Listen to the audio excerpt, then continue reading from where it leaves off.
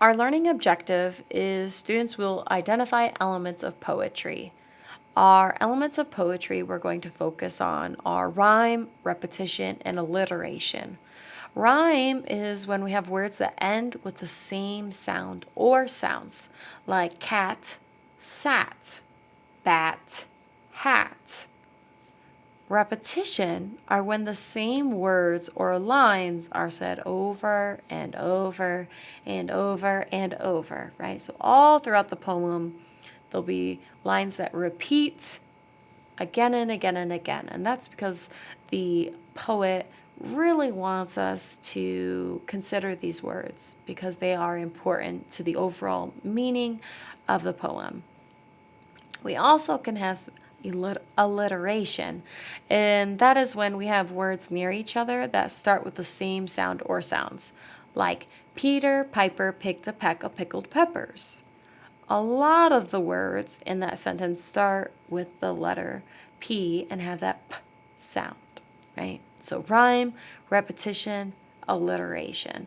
Try to see examples of this in our poem, in our story.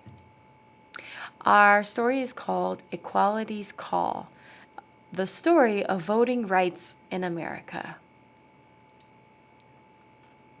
Our founders declared when our country began that consent of the governed was part of the plan. Consent is when you tell someone that you are okay with something. So, when our nation started a long time ago, one of the rules was that people had to agree to things. They had to consent to them. Through voting, elections, and representation, the voice of the people would strengthen our nation. In fact, though, for years, this great founding ideal was extended to some and for others not real. I'm going to pause here on this page. I want you to look over and see, are there any examples of rhyme, repetition, alliteration?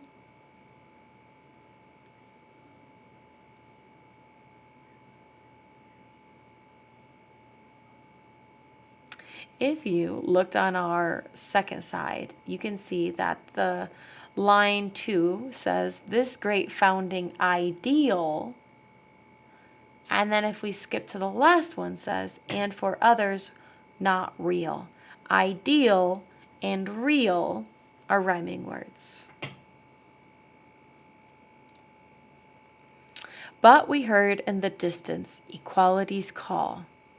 A right isn't a right till it's granted to all. The states set the rules about who got to vote, and your gender, which means if you are a boy or a girl, your race, right, the color of your skin, and your wealth were of note.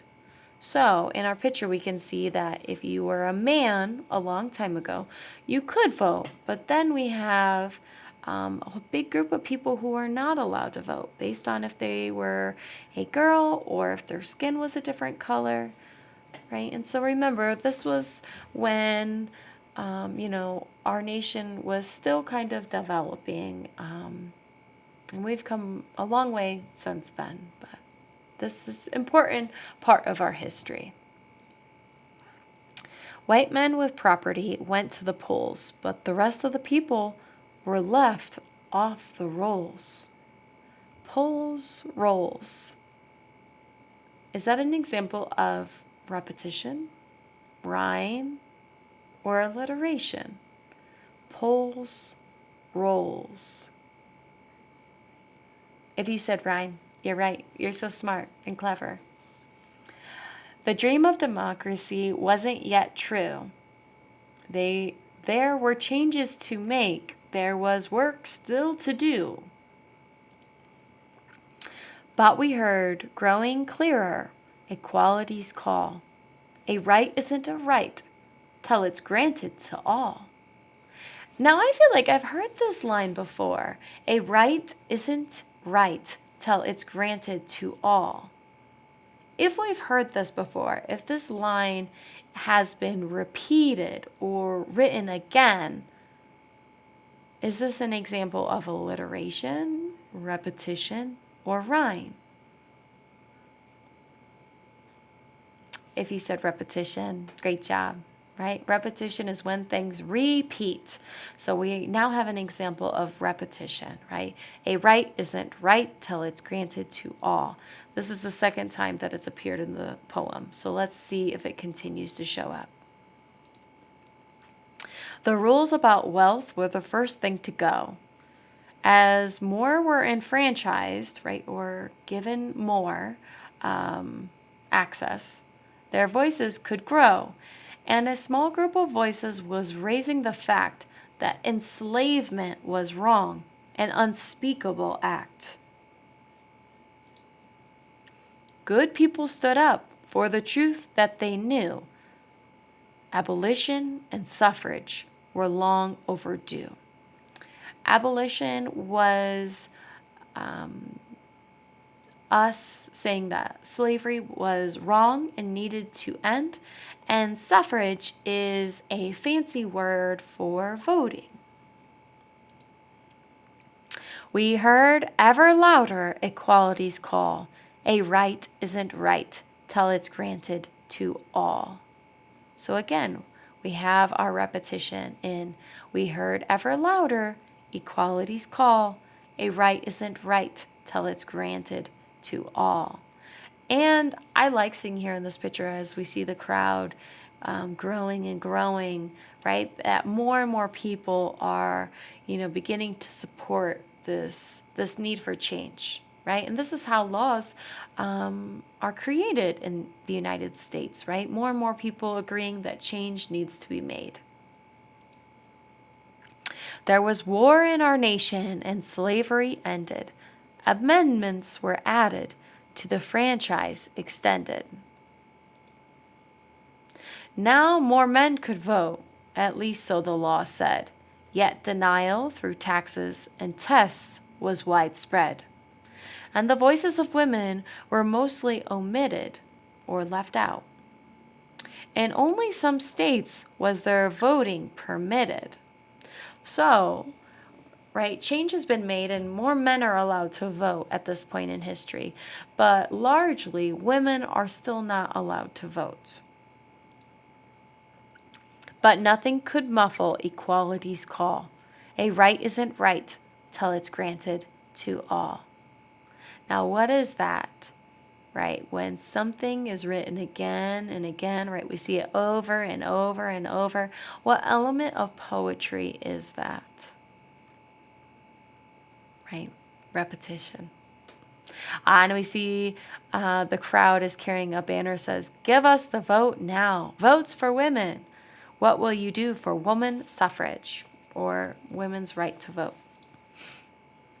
Suffragists, or people who fought for people to be able to vote, didn't give up on the fight, and the 19th Amendment gave women the right. But voters of color still met with oppression, right? So people who are a different color of skin still weren't allowed to vote at this time. Their voting was hindered by brutal suppression. So now women have gained the right, but we still have some groups of people who are being denied or not allowed.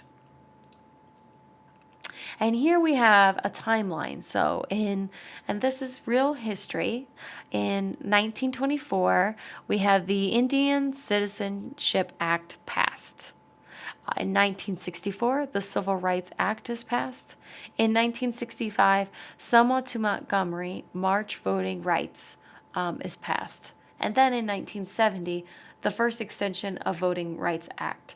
These are different laws that were passed throughout time that extended or widened the people who are able to vote, right? It allowed more and more people of diverse backgrounds to have that privilege and that right to vote.